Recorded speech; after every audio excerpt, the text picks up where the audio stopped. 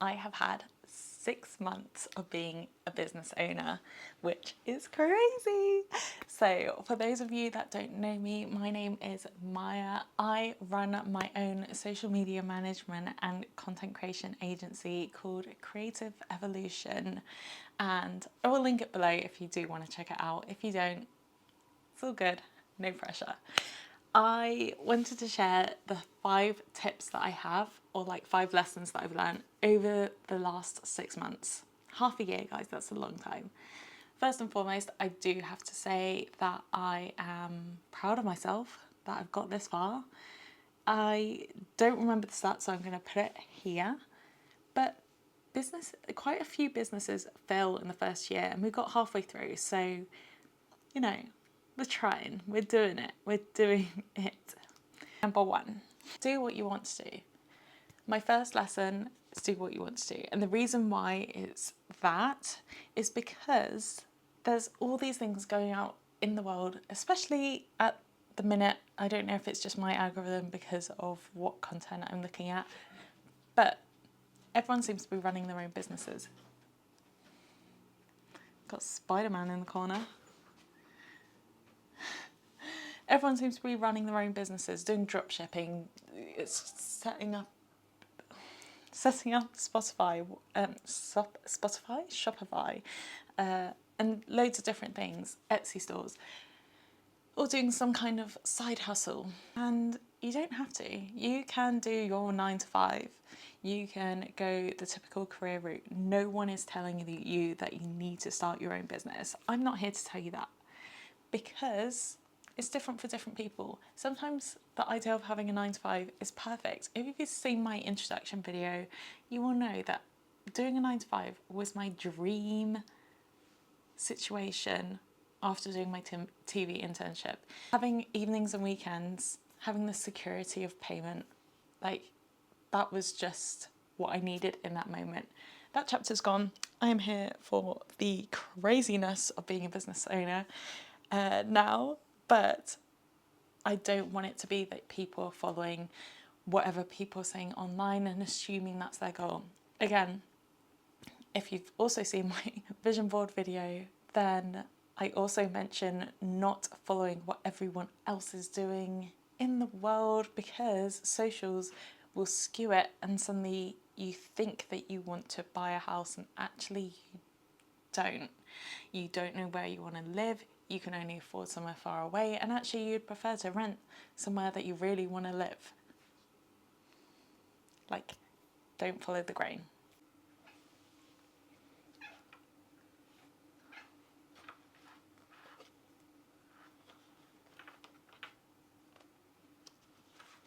What's that?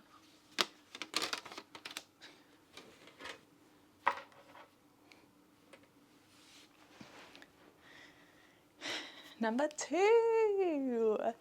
Okay, number 2 is do it before you're ready. You will never be ready. I say this because it's such a scary leap, and sometimes it doesn't need to be a leap, but that's another point. But the amount of times that people postpone doing things because they don't think they're ready. When are you ever ready? You will learn on the go. The amount that I've learned doing this so quickly, because I'm doing it day in, day out, is so much more than I would have learnt doing it on the side. If I had done it on the side, it would have taken a lot of time, and with a safety net, you don't learn the lessons the same way. It's a bit like when your parents say, if you fall out that tree, you're gonna hurt yourself. You're like, yeah, but you're climbing that tree and you know that you're gonna get to the top. Then you slip and you fall and you hurt yourself, and you're like, yeah, that made sense. That is true.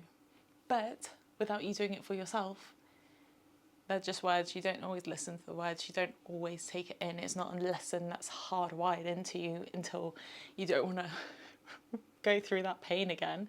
So there's certain things that I feel like you learn as you go and through doing action, rather than assuming the perfect website is going to be the thing that you need to set up. When is a website done? It's never done. Same as socials. As once I get a following, what does that even mean? You could have 10 people following you, but if they're all buying from you, depending on how much your product is, that's more valuable. I'm not going to go into socials too much because I'll get swept away.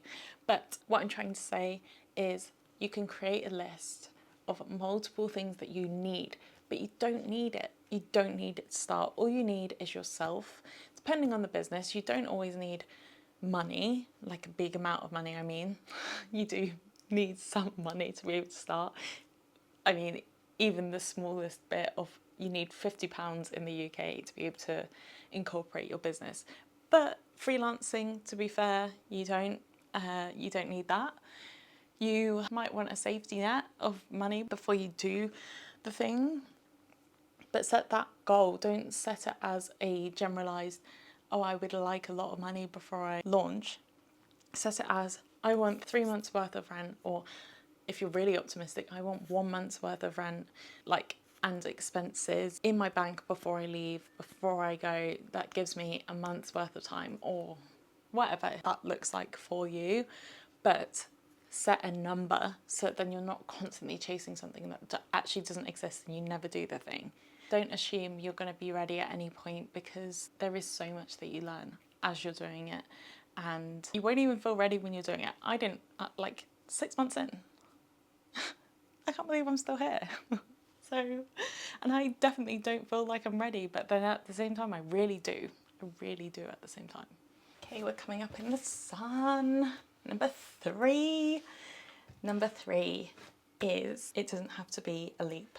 The reason I say this, everyone talks about the big leap or leap of faith of starting the thing that you're doing, whether that's leaving your job and starting your own business, whatever that looks like, or setting up your Etsy store and doing it full time, doing content creation full time. It doesn't have to be a leap. Now, I know that I said about side hustles and everyone doing that, but if you want to grow on the side of having that safety net of having a job, do that. If that scares you less, that's more of what I've done in the past, where I've freelanced on the side or done work on the side, whether that's building my own website, building my socials up, making those contacts, going to networking events, whatever that looks like, whatever is possible, then doing that on the side while you have an income, being able to use that steady income towards your business. So if that means I get to pay for a website because I've got this salary and it's not a big expense, I get to buy cameras that I want to use down the line, I get to buy all this gear, this software straight off the back because I've got my salary. And then when I launch, it's not like a huge thing because I've already got network, I've already got potential clients, or already got clients, depending on what you're doing. If you're doing it, starting it on the side, that to be fair, I would recommend starting it on the side, so that then you've got that, depending on what you're doing, but you've got that clientele there, and that way you can know how much income is coming before you leave, before you take that little hop. We're talking hop because we don't need to leap. You can hop without it being a big dramatic event, without it being stressful, while it's still being exciting, because you've basically guaranteed what your income is. You've tested it without any risk because you've still got your job. If you test your business and actually it fails and you're doing it as a side gig, what have you got to lose? You still got your job. So it doesn't have to feel like a leap of faith. Just start it, which goes into number 4. Getting closer and closer. Number 4. Number 4 is just start it. Now, you would think this is number 5, but there's a reason why it's not. Just start it. Because there are so many people that will tell you can't do the thing, and actually there's a line from Survival of the Thickest. I think that's what it's called. And it's, don't tell yourself no before anyone else has had the chance to, or something like that. And it's so true. The amount of times that we will say no to ourselves or to doing something before the world has even given you a chance to try and fail. And I say try and fail because it's so worth trying it, knowing that you tried it, than not knowing. And if you are limiting yourself, you aren't giving yourself the chance to be someone else, to be something else, to do something else, to do the thing. And I got the phrase "do the thing" from my friend Dan. His account is very motivational and he's done the thing. He changed his life. He moved to Dubai from the UK and he's doing an incredible business now, which, yeah, honestly, I've known him like 6-7 years, and we used to message each other like what our goals were. And it's kind of a full circle moment, getting back in touch and working together, and him having achieved some of those goals, and now what the goals are like, moving the goalposts further along, but seeing how much you've achieved in that amount of time. So don't limit yourself before you've even had a chance, giving yourself a chance. Give yourself the benefit of the doubt. Would you tell that advice to your friend? Would you say if your friend came up to you and said, I really want to start a business, would you go, no, don't do that, that's risky, why not? And who would buy from you? But you're happy to tell yourself that. So sometimes you just need to remove yourself emotionally from it and go, what would I tell my friend? And I love my friend. I love myself. I need to talk to myself like how I would talk to my friend. And I would be supporting and encouraging them and finding ways to help them. Find a way to achieve that goal, because it can happen. It's not just the pipeline dream. Anything's possible. Okay, tip number 5. So number 5 is, it's not about what you know, it's about who you know. As I've said, you can learn a lot when you're doing the actions, when you're doing the job. Who you know, and I'm not saying this in how it tends to be seen, which is like very much about nepotism. We are talking about your network. I am constantly telling my friends and people that I know on LinkedIn, connect with everyone that you know, worked with, acquaintances with, anything. Because when you start going and pursuing what you want to do, even if you're doing that now, that is a place that you can shout about it. You don't have to be best buds. It's not like your Facebook friend. You're literally, corporately, you know each other. One other big thing is talking to as many people as you know about what you're doing. I think sometimes as people, and this is myself included, we kind of forget other people don't necessarily know everything that's going on in your life. And even if they do, they might have forgotten. So, for example, me starting my business, I might believe that a lot of people already know what I'm doing, but in reality, I'm not the main character in their lives. I'm like a side like C story that you have to be talking about it all the time. You don't know if you're in a cafe and you're talking to someone, and for example, I'm in the queue chatting and talking to someone, and I'm like, oh yeah, I run a social media management and a content creation agency. And the person I'm talking to goes, oh wow, actually, do you know what? I know someone that might be interested in that. Next thing you know, I'm having these connections with people that's a potential client. There are so many things that you don't know who's going to know who or where that's going to lead. I've had people that I've known years ago suddenly become clients now, and we hadn't been in touch, and all it takes is just keeping that connection all this time. So don't underestimate how much a network makes such a difference. Make sure you're talking about everything that you're doing, what you're doing, whether that's shouting about it in person, on LinkedIn, on social media, to your friends, to your family, so that then they're vouching for you too. For anyone that's around you, anyone that's willing to listen, tell them. Because in reality, a lot of people want to support other people, and they will find ways to help. It will also be planting that seed. It takes 7 times for people to hear or see or be exposed to something for it to sell. So if you've told someone what you're doing, then they see a post about it, then someone else, one of their friends, talks about it, then you send them an email, then you meet up for a coffee, they see an ad, they see your website. That's 7 things. And then next thing you know, they might be a client. Who knows? Or a buyer, whatever that looks like.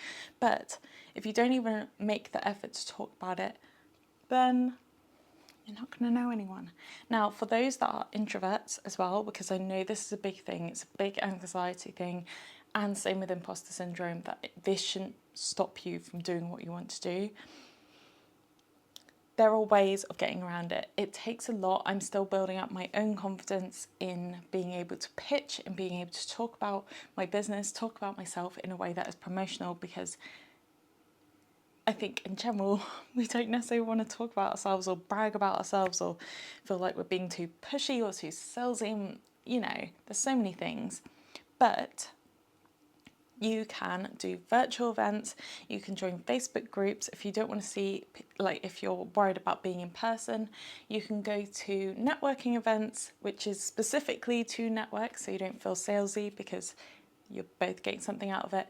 If there's people that you know, you can meet up for a coffee and just talk about what you're doing without it having to be a sort of manufactured thing that you could just be catching up.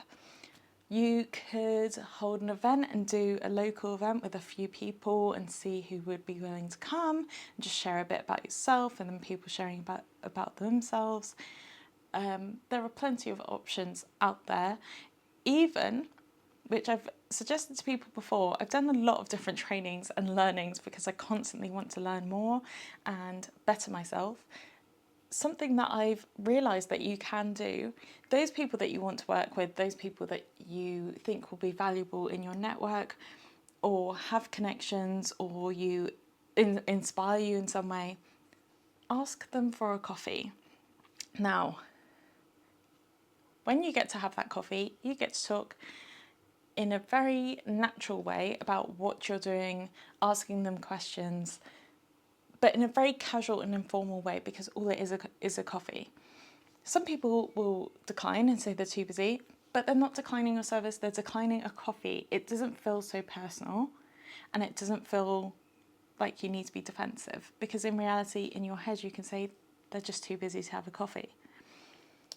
At the same time, you can have that coffee with someone and they're not going to feel like they're having to give you a job. They're not going to feel like they're having a sales pitch. They're literally turning up, having a coffee and having a chat with someone that is a fan, essentially. You've basically gone, I love your work, you're so inspiring, I've followed you for so long, and I would love if it was possible to get a coffee and just get to meet you.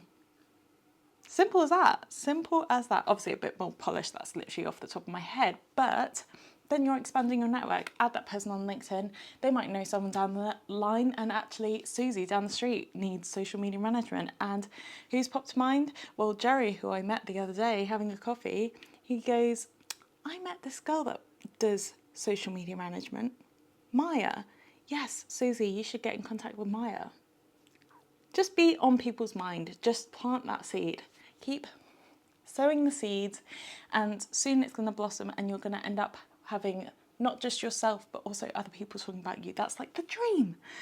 Having referrals is the dream, but building that network is what will carry you through whatever you're doing. Whether you, like me, go from TV to social media management, those people will go with you. That network will grow with you, and you would be surprised the people that you then connect with down the line, and they might be reaching out. They might have career changes. They might need social media management for a film. They might need it for themselves. You don't know. You don't know. So make sure you're not just using the network you already have. Remember to talk to your friends and your family and your extended family, because again, they don't necessarily know what you're up to. I remember my granddad saying that I was a pilot at one point, and I thought he was joking. So you've got to remind people what you're doing, and then also expand that network whatever way feels comfortable to you. If you're not comfortable going to these big networking events, don't go to them. There are plenty of other options, but don't use that to limit yourself. If you want to reach out on Instagram because that feels more casual, do that. If you want to reach out on LinkedIn, do that. But don't be offended if people don't reply, too busy to reply, don't get back to you, you don't get to have a coffee. You are putting yourself out there, and it's that practice that builds up, and you build your confidence, and you'll get there. You'll get that elevator pitch. You will get to a point that you are able to feel confident talking about what you're doing, what your mission is, what your dream is, who you are. all the things, all the things. So, because I am celebrating, sun is shining, 6 months in being in business, I'm gonna give you a cheeky extra. My number 6 thing. Now this one isn't really a cheeky one, it's what I've been saying throughout. Do the thing. Because life really is short, and I'm not gonna get deep and I'm not gonna get depressing, but if you don't do it and you regret doing it, it's on your own back. And life is short, so you don't want to miss out, but also life is also long at the same time. You've got time. Don't fall into the trap of being in the rat race for the sake of it and thinking, but I've already been going through this career for 5 years, so it wouldn't make sense to change it. So many people talk themselves out of things, which again is a point that I'd already shared, but if you say no to yourself before even giving yourself the chance, who's to say? For example, the reason why I left my job and started this, I knew realistically, this is my personal experience. I don't have a mortgage at the minute. I don't have kids. If I had to move back home, that would be fine to me. Nothing compares to the joy and the passion that I have doing my job. That was actually meant to be another point. Nothing compares, but still, it's still relevant.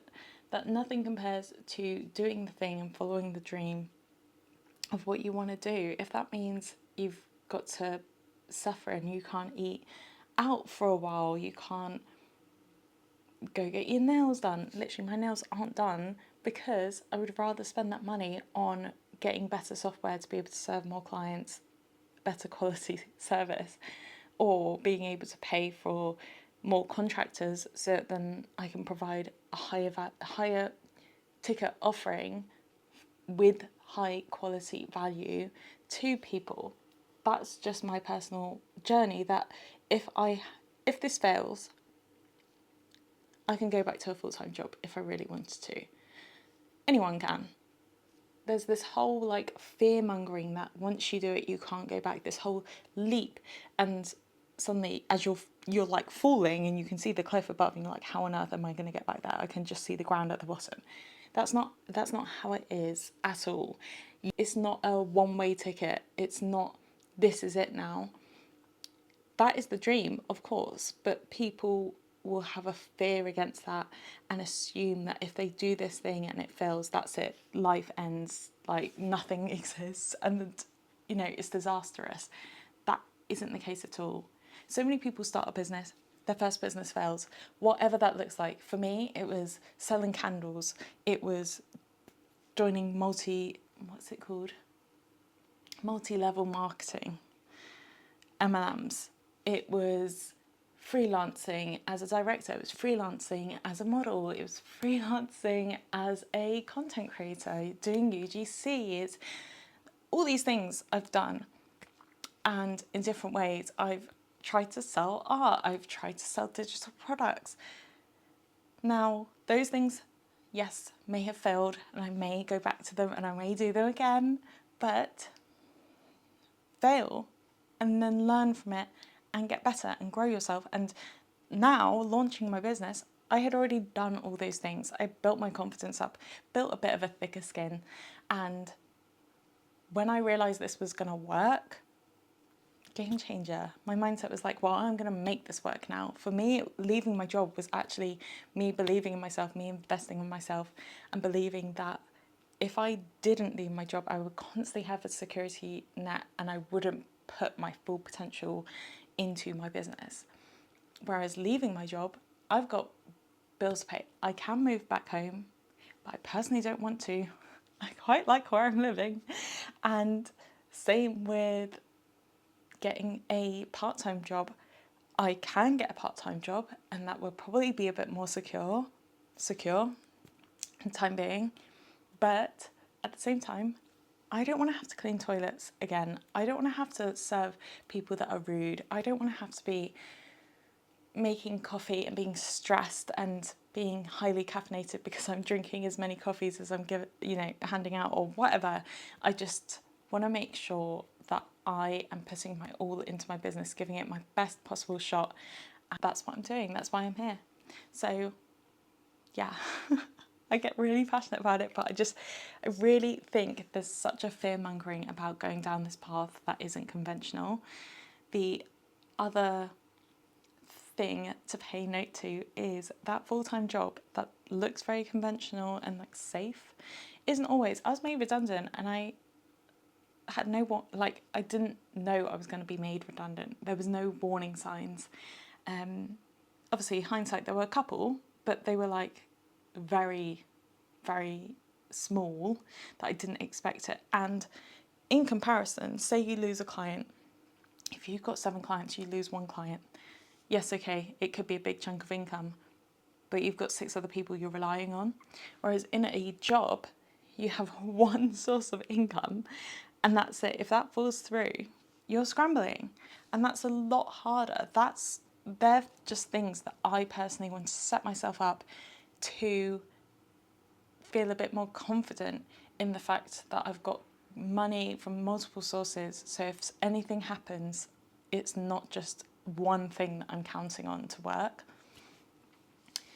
There are obviously risks. I'm not going to say this is all glossy. We're going to go into them now because as much as I bash through these and I've been, really putting my passion into it, there are risks. When you are running your own business, if you have a team, you've got a team that are relying on you. You've got to manage income as well as outgoings. You have to manage pension. You have to think about when you have sick days that no one's paying for those sick days, same as holiday. You might not even go abroad the first year. You might be living literally on scraps for the first year of business because it's tough, and I'm grateful that I haven't been, but it is tough. I'm not going to pretend it's not. And you're on your own. You need a support system. It's another point, I guess I've learned a lot. I was meant to stick it to 5. I've done 6, 7, 8, 9, whatever. But having a support system makes such a difference. I've got my parents who both run their own businesses. I've got my partner, my boyfriend. He sees the ups and downs with me in this journey of doing business.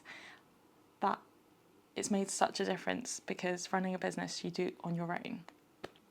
And having those people makes all the difference to celebrate with and to support you when you're down. All that to say, just do the thing. Just do it. But I hope you liked this video. Please give it a thumbs up if you did. See more from me, please subscribe.